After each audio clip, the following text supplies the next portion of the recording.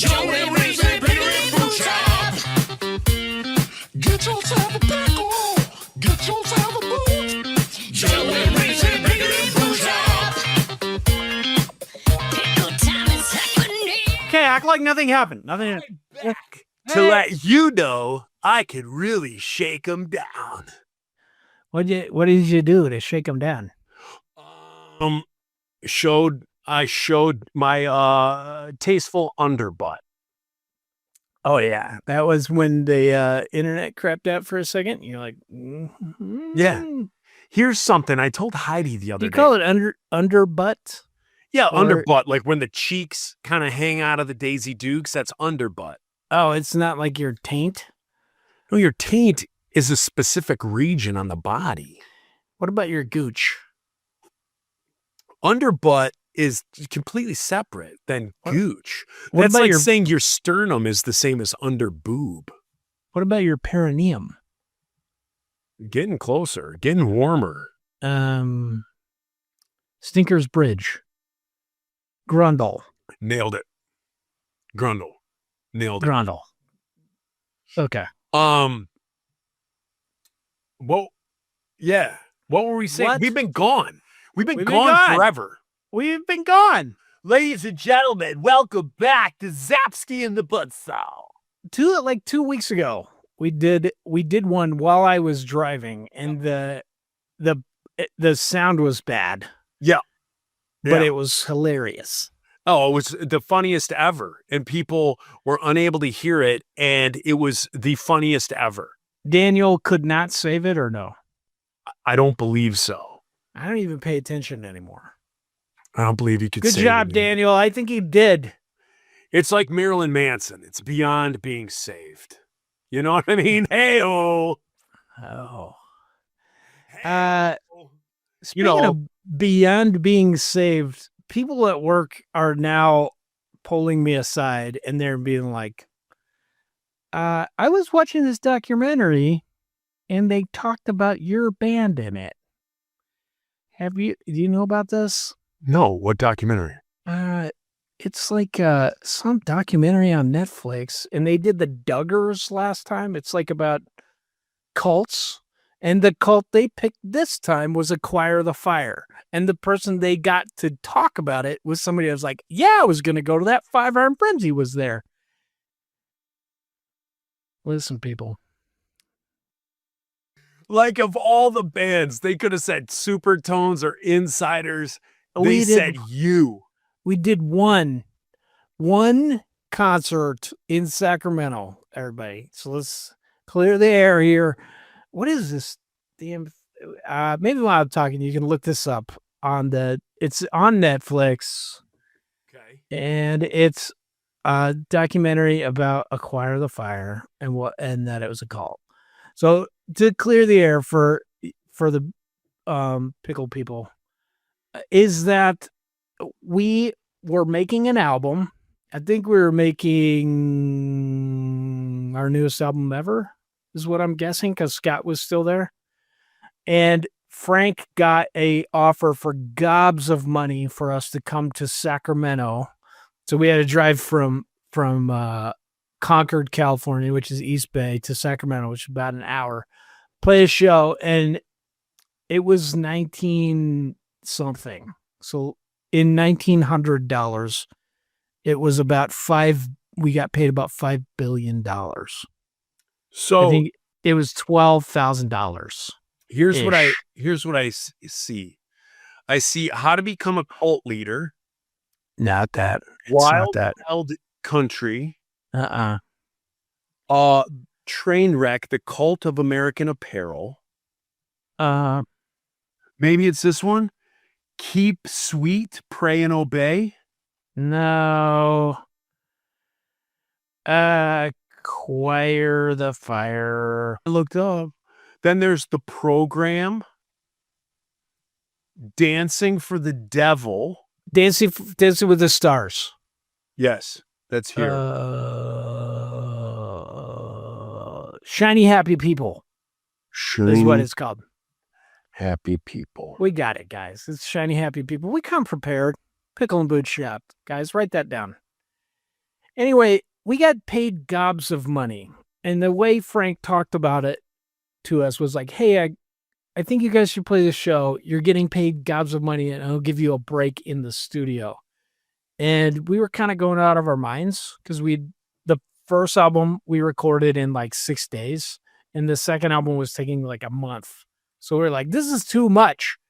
And so we got in Frank's van and drove up there. I think Frank owned a van, by the way. It had windows. So think about, I mean, that might influence your opinion on Frank, that he had windows in that van. So is Shiny Happy People a mini series?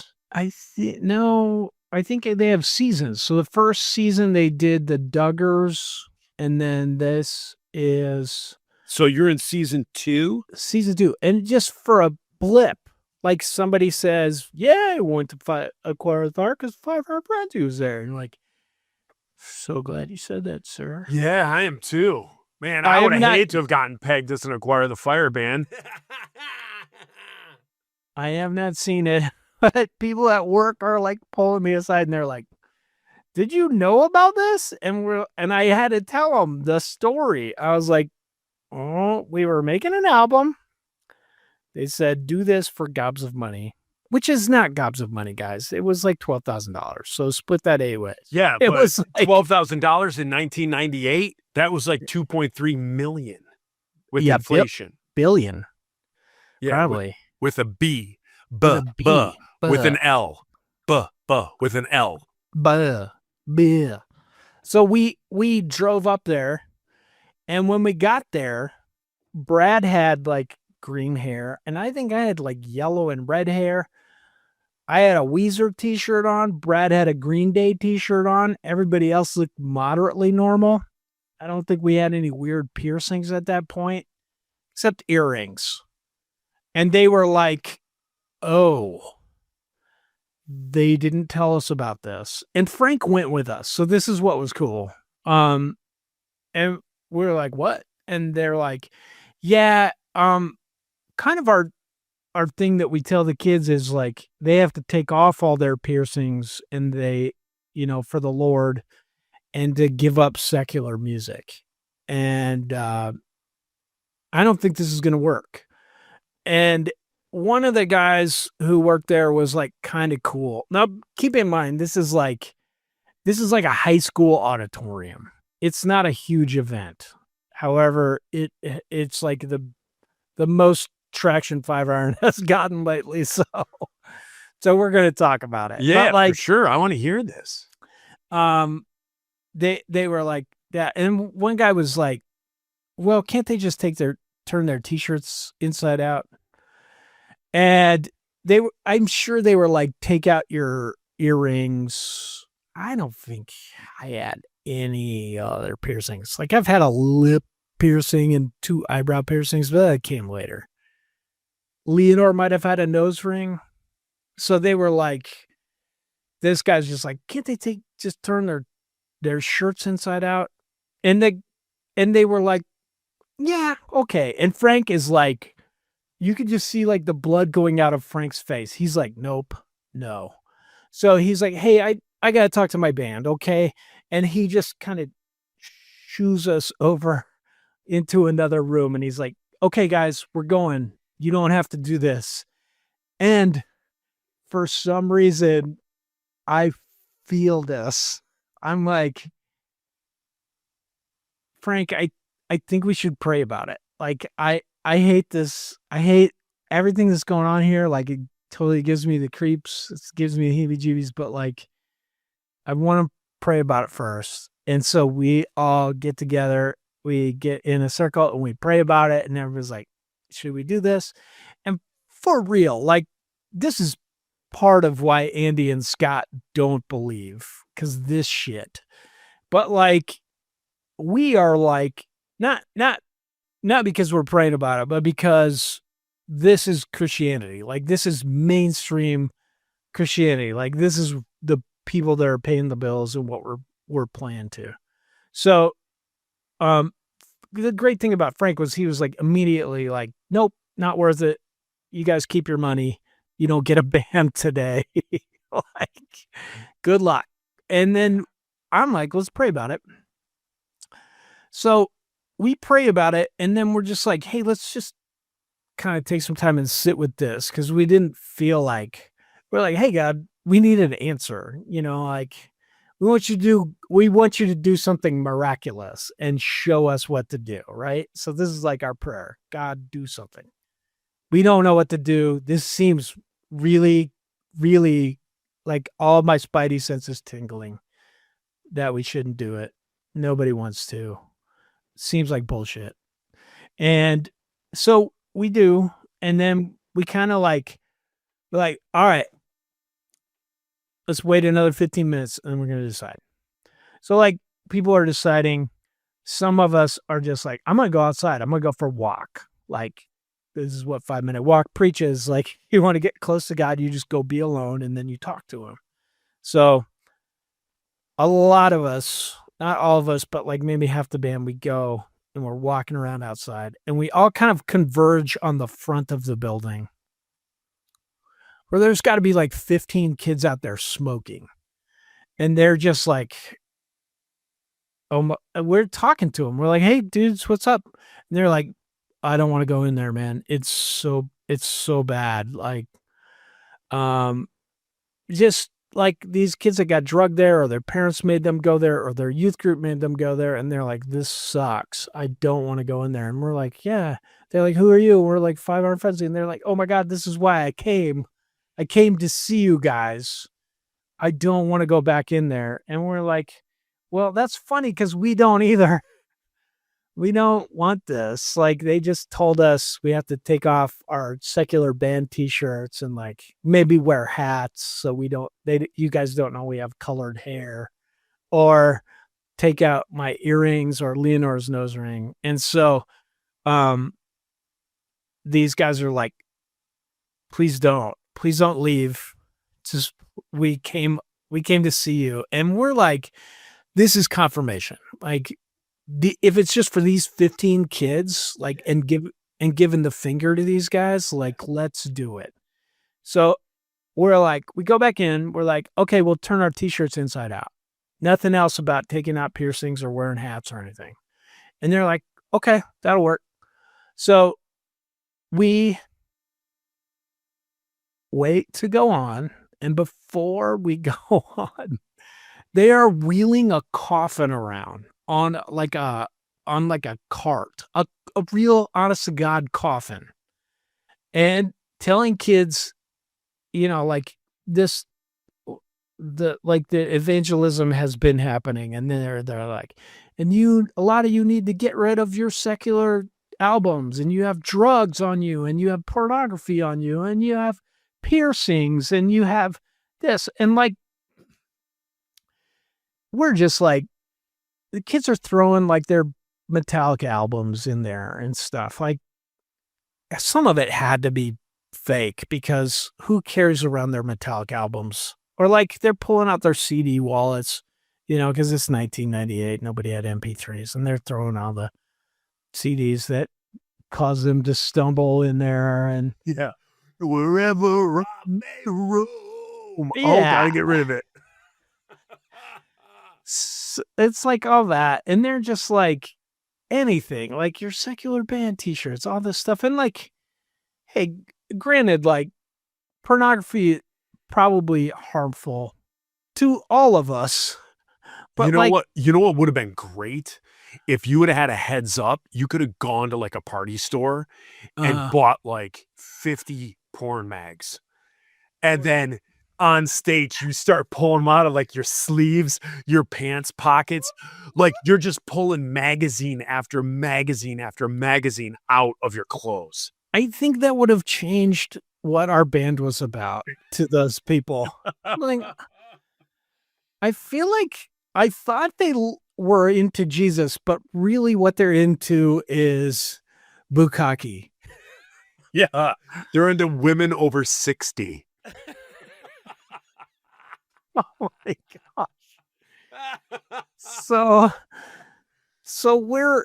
we're listening to this and watching these kids, and some of them, I don't know if it was plants or whatever, but like some kids like had pornography on them. Like, who does that?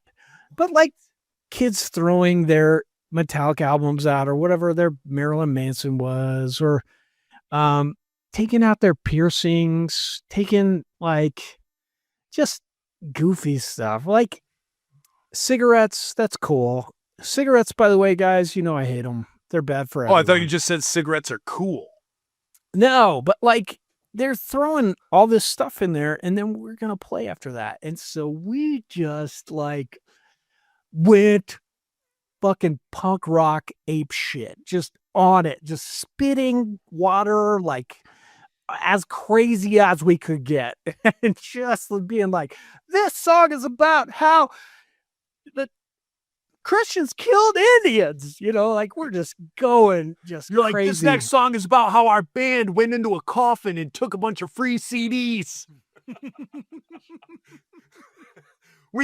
This next song is about our band. We found a coffin backstage. We got free cigarettes, free CDs, free pornography. all the drugs you could ever ask for, and a gun.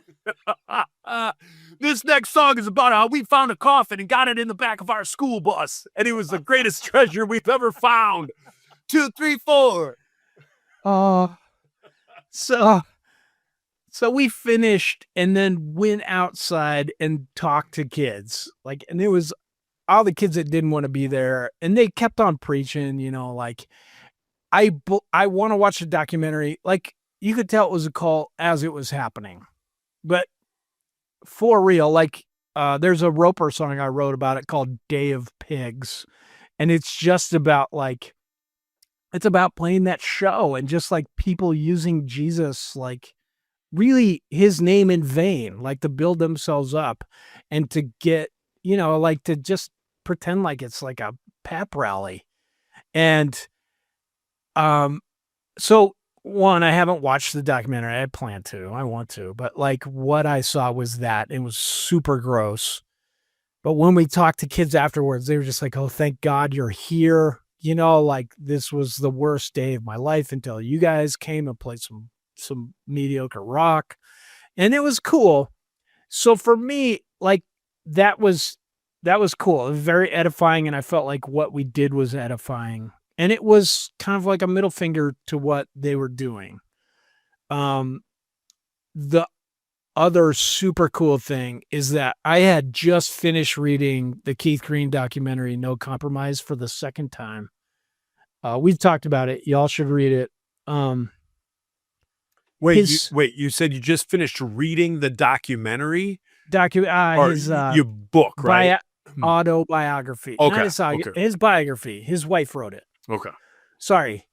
For a second time. And like, it gets to me every time. Like that dude was legit. Like he really saw like the Christian music industry as corrupt. I'm going to put that in my wish list. Do it for please. Audiobook. I don't know if there is an audiobook, but probably. We'll see. Do it. So continue. So Keith Green, he was like a pariah. Like people thought he was a prophet. He died in a plane crash. He died in a plane crash with 2 of his kids, and I think 2 of his kids survived. One of those kids was at that show, and he needed a ride back to the East Bay and rode with us. And that was so cool. Like, wait, Keith Green's kid? Yes. So 100%, or as my kids like it when I say 100p, that was a great decision. Like to play that show. We would talk to kids for years after that were like, I was at that show, man. It changed my life. Or I was about to sign up for Acquire the Fire. Thank you for not letting me do that. But like for me, I had just read that, and then here's this kid, and he was, I say kid, like he was in college, but it was Keith Green's son, and I was just like trying not to lose my shit. Like trying not to be like, man, I just read your dad's book again and crying. Just talking to him like a normal dude. It was very cool. And it was cool that I think he also got talked into going there because of that and was Yeah. trying to get out of there. I It don't was pretty rad. I don't ever remember playing in Acquire the Fire. Maybe we did. But the older I get, the more I have these like thoughts that it was really cool that, let's say, the big three in Christian ska each had our own niche. And no, if I was planning that concert with hindsight and knowing history and what we all did, I would say Supertones or Insiders should have played that. You know what I mean? That was the Supertones niche for sure. Yeah. And like I've talked about it on this show. Like, obviously we did Scalleluja. We did those things, but I know people might be driving in their car or working out and listening to this, but like the Insiders didn't set out to do Scalleluja to like make money and like prostitute Jesus. We did Scalleluja because we ran out of songs in our first shows, and then we would just play praise and worship because we were like our church's praise band. And then when Motor City Ska came out, people are like, oh man, like our fans were like, oh man, we thought some of these songs would be on there. So as I've said before multiple times, Scalleluja became like a love letter to our fans. And that's what it did. And so because we did that. Nobody thinks you're a millionaire because of Scalleluja. Thank you. Thank you. And so because we did that, we would be asked to play a lot of these youth rallies. Yeah. So a lot of these different national organizations, state organizations, you know, just stuff like that would have us come in because they had heard Scalleluja. And they were like, oh, this band is like a praise and worship band. Like, you know, what were the other big like praise and worship bands back then? Like I remember Caedmon's Call. Yeah, or there was that one from like Hillsong United, or there was one they're from still like, going. Yeah, like Great Britain or something that was like real big in the late 90s. But so people Delirio 5. Yeah, something like that. Delirious, yeah. And so people thought we were like them, like we were a praise and worship band, but we weren't. We wanted to bring the gospel to the clubs. We wanted to bring gospel to normal mainstream shows. And as lofty as a goal as that is, that's what we tried to do. Unfortunately, Scalleluja steered us towards a lot of those shows. So it's funny as a 48-year-old now looking back at that you guys were put in that, put in that situation, because I would have thought that would be one that like we or the Supertones would be put into. I can't remember. Maybe Nate has a better idea, or Bram, or anybody else in the band. I can remember like a few times where we were like, this is weird, but nothing like what you just talked about. Yeah. Like I remember there was a weird show in, I think, Evansville, Indiana. There was a place, and it was a church, and you would play the church, and in the upstairs of the church was like an all girls like school. But there was only like 12 girls. What? Yeah, honest to God. And so this club that was run out of this church, like this old cathedral Gothic looking place. It's where we played with Spyglass Blue, Alan Aguirre and all them. Like we had a run in with them. It was at this club in Evansville, Indiana. And the upstairs was like this all girls school. And I remember like one night after the show, we had to like drive. So we were like, hey, do you guys have showers? They're like, yeah, it's up. So all the girls, like the head mom, she wasn't a nun. All 12 of the girls. Yeah. It was Protestant. Yeah, like whoever the woman was, she had all the girls like get dressed and come downstairs, but we weren't allowed to talk to them. Like we couldn't talk to them. And so they all came downstairs and like they went into were any of them hot? I don't know. We didn't see any of them. And then we went up and we like showered and we did all that like in their like dorms. Oh, geez. And then we left. So like that was like a weird, obviously that was like a weird thing that we didn't quite understand like what was going on. But other than that, like I don't ever remember doing like what you just went through. Oh, we did have that thing at were you with us? No, you weren't. It was us, Fold Zandura, and I think Squad 5-0. I can see how you confuse us with Squad 5-0 or Full Zandura. But we played it, what's it called? Like Jim Jones University or something like that. Oh. In like Oklahoma. For real, I would have been like, no. Yeah. And I mean, insiders weren't anything like 5-iron, right? And how we dressed and piercings and tats and everything like that. And because like Nate had a tattoo, they were like, you got to cover that up. I had a big goatee. They told me I had to shave.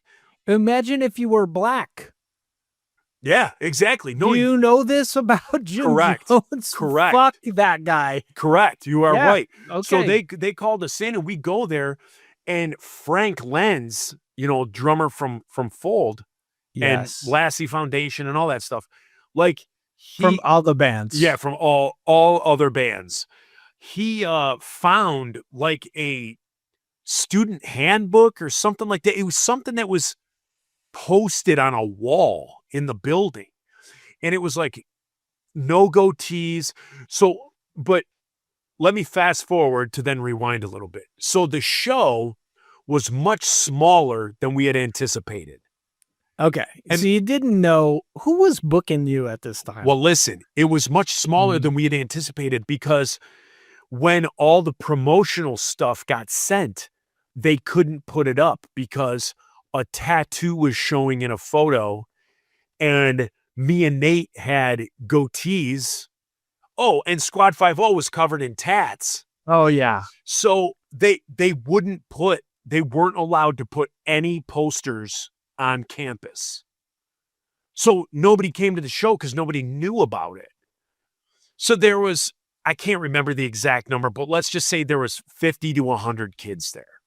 Yeah. But they couldn't put any posters. They couldn't do anything like that. So just kids were like, hey, man, do you want to do something crazy? Ever heard of Fold Zandura? Yeah. Yeah. And Frank Lenz went nuts. He ripped the poster off the wall. I think if my brain remembers correctly, I think he broke a window. He is an American hero. Yeah. I think he threw something and broke a window. Like he ripped the poster off the wall. And then I believe during that show, he got so pissed off, he demolished his drum kit and threw his hi-hat across the stage. And like me and Nate are standing off the side of the stage and this hi-hat goes whizzing by our heads and just smashes against the wall. And he was just like done and walked off stage. Is it Jim Jones or Bob Jones? Bob Jones. Jim Jones was the suicide cult leader. Kool-Aid guy. Yeah. Bob Jones. Bob Jones University. Yeah. It is in Greenville, South Carolina. Oh, I don't remember that. I thought we were in Oklahoma. But yeah, it was Bob Jones University. Yeah. So I first learned about this guy from Steve Taylor. He's got a song called We Don't Need No Color Code. And it's about like they would not allow black people into the university. And that was in like 1995. Oh, yeah. But also that was, guys, if you're still Southern Baptist, that's why Jimmy Carter left you. Because you held on to that till the 90s. Separating whites and blacks. 1990s. Like, I don't know. Anyway, listen to the Steve Taylor song, We Don't Need No Color Code. But Frank Lenz is an American hero. Yeah. It was bananas. It was bananas. Yeah, But man. that was the only time like we dealt with something like that.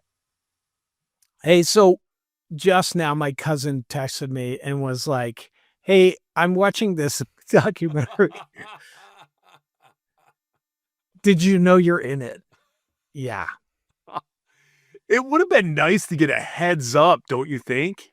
Yeah. It would have.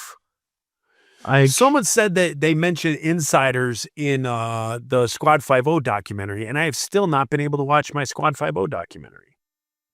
Oh, really? Yeah. Why not? I haven't had a DVD player. It's not in NTSC. It's like in the European. It's in PAL. Yeah. Guys, why'd you make this in PAL? Yeah. They're like, well, Divx. They had a really cheap reproduction plan in Bulgaria. Yeah. Well, let's bring this to an end. Let's take this conversation over the paid. Let's take this conversation over to the paid. Over the dark side. But let's thank our Patreon members. Just kidding, guys. That's the dark side. I swore. Talked about pornography. A lot.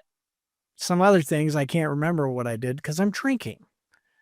I talked about drinking just now. Yeah. Shield your children from this is my biggest advice to you. She'll be coming around the mountain. She'll be coming around the mountain when she comes. Ooh.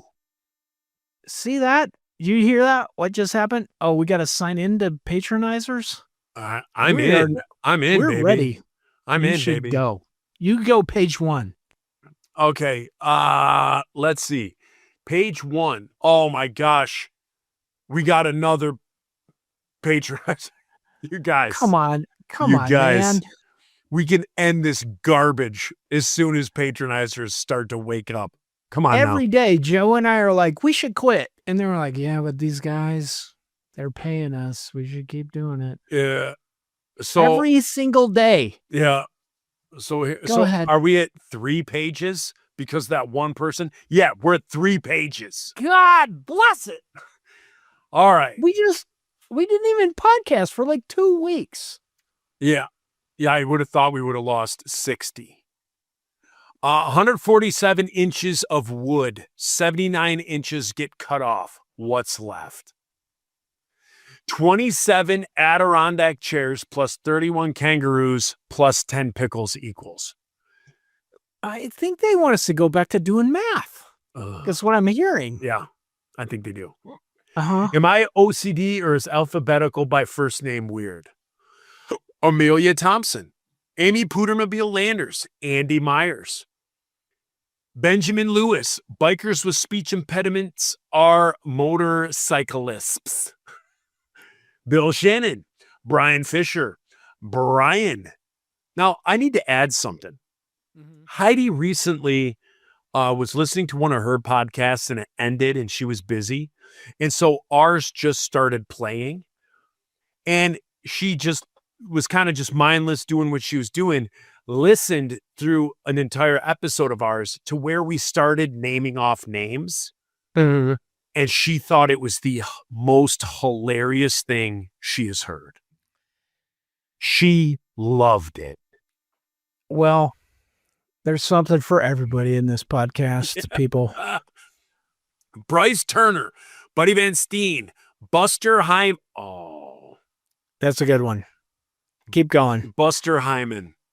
Mm-hmm. Carly Jane Sisko, Cat Fart Sandwich. Chad has a hog. Chris Prose, Christian Metal Never Dies. Dad was born on January 26, 1957. How old is he? They're trying to draw us back into mathematics. We'll have to give it to him next week. Ew. Dan Stemple, Dave, David Love, David Vossel, Derek Vaughn, Derek Sigmund, Dick. Now this next one. Don Kedick. I have a story. over the last few weeks, I went camping. And there's this guy, this old guy. He's probably in his 60s. His name's Donnie Knutson. And That's a Donnie good showed up. name. Yeah, Donnie showed up one day, and I started calling him Mr. Kedick. And so everybody's like, why? Heidi goes, why do you call him Mr. Kedick? His last name's Knutson. And I go, Don Kedick. And she goes, no, but it's Knutson. And I just let it sit. I let it marinate. And I let it go. And then they asked to go golfing with Heidi and I. So this old couple and us, we go golfing the whole time. I'm on purpose going, oh, you got it, Mr. Kedick. So finally he goes, Joe, why are you calling me Mr. Kedick? And I go, Don Kedick. Don Kedick. And so his wife busts out laughing. He starts laughing because he doesn't know what to do. Oh, no. The rest of the day goes by where I am now, instead of Mr. Kedick, I'm calling him Don Kedick. Every time he goes to hit, I'm like, you could do it, Don Kedick. You could do it. So then after we go and we have lunch together. Yeah. And he, in the middle of lunch, he goes, Joe, can I stop and ask you something? And I go, yeah. He goes, what does Don Kedick mean? Does that mean, because his, okay, so back it up a little bit. I got ahead of myself. So I'm like, Don Kedick. So his wife starts dying laughing and she goes, Donkey Dick, like that. Fast forward, we're now eating lunch. And he goes, Joe, why are you calling me Don Kedick? And his wife goes, are you serious? Now, mind you, she's in her 60s too. And she goes, Donnie, you still don't get it? He's calling you Don Kedick, Donkey Dick. And so he goes, oh, so he finally gets it like 6 hours later. Yeah. And thought it was the funniest thing in the world. He did think it was funny? He did think it was funny. And he asked if I could call him that from now on. Oh, Joe, you won. Yeah, I did. You won. I did. Yeah. I hate when you give people nicknames and it's like super funny or super cool. And they're just like, I don't like that. No. You're like, yeah, but we're calling you Superman. And they're like, yeah, but I'm not. Yeah, I don't like that. No, can you You're just like, call me Chris? we just called you Wolverine for 4 days and now you don't want to be Wolverine? Yeah. Have you? They're like, no. We just called you girthy, veiny Thunderdome for a week. And they just want to be called Chris. Yeah. They're like, no, my parents gave me this name because I was named after a guy in their family who died of dysentery. I really like my government name. My government name is Christopher. I don't mind going by Chris, but, that's a lot better than girthy, veiny Thunderdome. Joe, we're podcasting again, and we're supposed to be reading this. We're supposed to be outroing. Emily Thomas, Frank Good G, job. Girth Brooks. You forgot Doug Forsett and Eli Salazar, two of our greatest supporters. Doug Forsett, Eli Salazar, Emily Thomas, Frank Doug G. Forsett is our hottest supporter. Ooh. Girth Brooks guzzled 8 glizzies plus 5 dozen eggs. Mm-hmm. Give. That's all it is. Give. That's going Give. It's going to turn into something more. I feel it. Heather Ford. I stepped outside to see the sun shining down on me. That's right. Thank you, Mandy. Yeah. It was good seeing you last weekend. I'd rather not say. 181 speed limit minus 2 miles equals Jared Cramblett, Jason Paolo, Jenny Blake, Jeremy Thomas, Joe Curtis, Joel Blaine, Johnny Moe, Jordan Heilman. Is it Heilman or Hellman? I think it's an I. Josh Fennel, June Yonker, Justin. That's a new person. I think so. I think that's the 101st. June, are you pulling my Yonker? You were 101. What are you doing to us? June, are you pulling my Yonker? June, that's her name. Are you pulling my Yonker? Justin Stone and Katie Bott Nicholtron. Page 2. Ken Kazapla, Kevin Ness, Kevin Porter, Kristen Diesel, Kyle, Lay Tired, Lick a lot of puss, am I right? I can't even. That's Pete Hutchinson. Pete. Pete. Heidi would be Pete? so disappointed in you. Actually, that's Pete. probably one that she laughed the most at. Martin Anus, Matt Douglas, Mike Shields, Mr. Jason, do you like fish sticks, Davis? Fish sticks. Not fish sticks. Nate Phillips, Nick Butterfield, Nick Reyes. No, sir. Nihilism is not practical. Thank you for this showbread reference. Daniel Rock, who hates it when we point that out, that he is also a patronizer. Nothing wrong about my micro penis. And then there's like a lot of dots, and then 8 =D, which looks kind of like a micro penis. Open the door, get on the floor, everybody walk the dinosaur. PNBS has 37 listeners. PHC has X. Total combined is 105. Solve for X. We have to do all this math next week. No, we don't. I'm going to start early. Okay. So you were like, Jesus, Reese suddenly stopped drinking, and then he's intelligent. It's not going to happen. Wink. Patrick Johns. Paul Peterson. Poopy poop, poopy poo poo.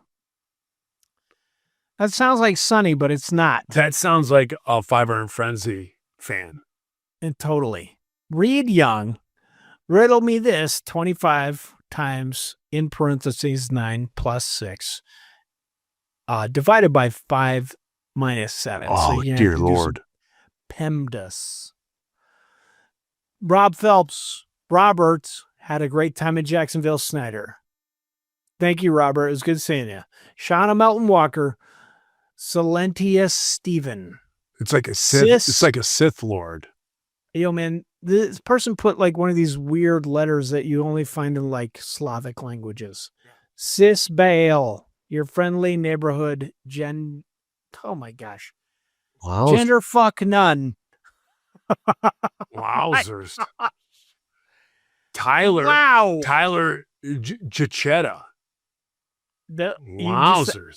Outed Tyler as being the first person who put the F word in their name. Wowzers. Hey, man, it happens. Sometimes we say it on this show. Sonny, the freaking loser, Johnston. Oh, I hate that guy. Steven Seaberg. Stephen Morrow. Have we talked about how Sonny is the funniest guy in our band, and he won't ever come out from behind the horn players? No. He won't talk in the mic. He won't do anything. He's not funny. He just wants to get off. He's not funny, and off. he's not nice, and he's not good looking. Right. He's not any of that. He's not any of that. Steven Seaberg. Stephen Morrow. Stu Badasso. Stupidasso. Oh, I get it. Stupid. Hey, you stupid asshole. Got it. Super Dave. Super Tones told you up. Okay. Let me start over, please. Super Tones told you to up your $17 shirt by 300%. Who writes $17 as $17 sign? Don't you write $17? I think that's another math problem we have to do next week. But look at their handle at AOL.com. That's no longer. Wait, I have an AOL email address. I have a Netscape one. That's my main one. It's something at netscape.net.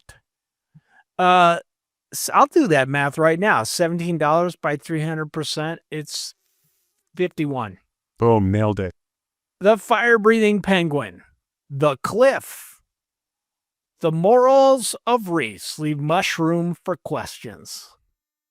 Also the math. Thrustodactyl comes in for a hard landing. Oh, boy. It's a really good one. Tim Payne. Tim Primu. Todd Grassman. Todd Grass woman and child. Todd Grass woman and child.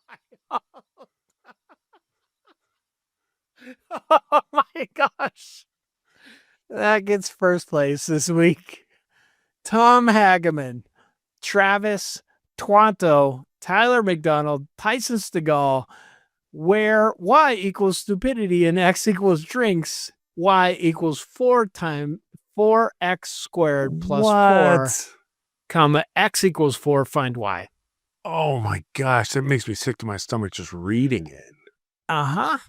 And then, would you say I have a plethora? You should read or listen to Dungeon Crawler Carl. Okay? Read or listen to Dungeon Crawler Carl. It's a lot for me to say at once. Yeah, especially with a few failure puddles. All right, Joe, you got page 3. I need a drum roll. Can you give me a rim shot? Can you give me a rim shot? Don't you have a sound effects thing? I've only got this one that's like.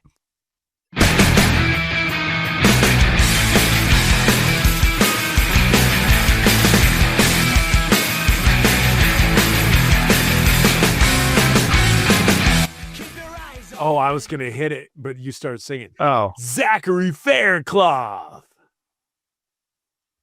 that's it for this week. Hey, I did want to, ladies and gentlemen. I did want to throw something out there.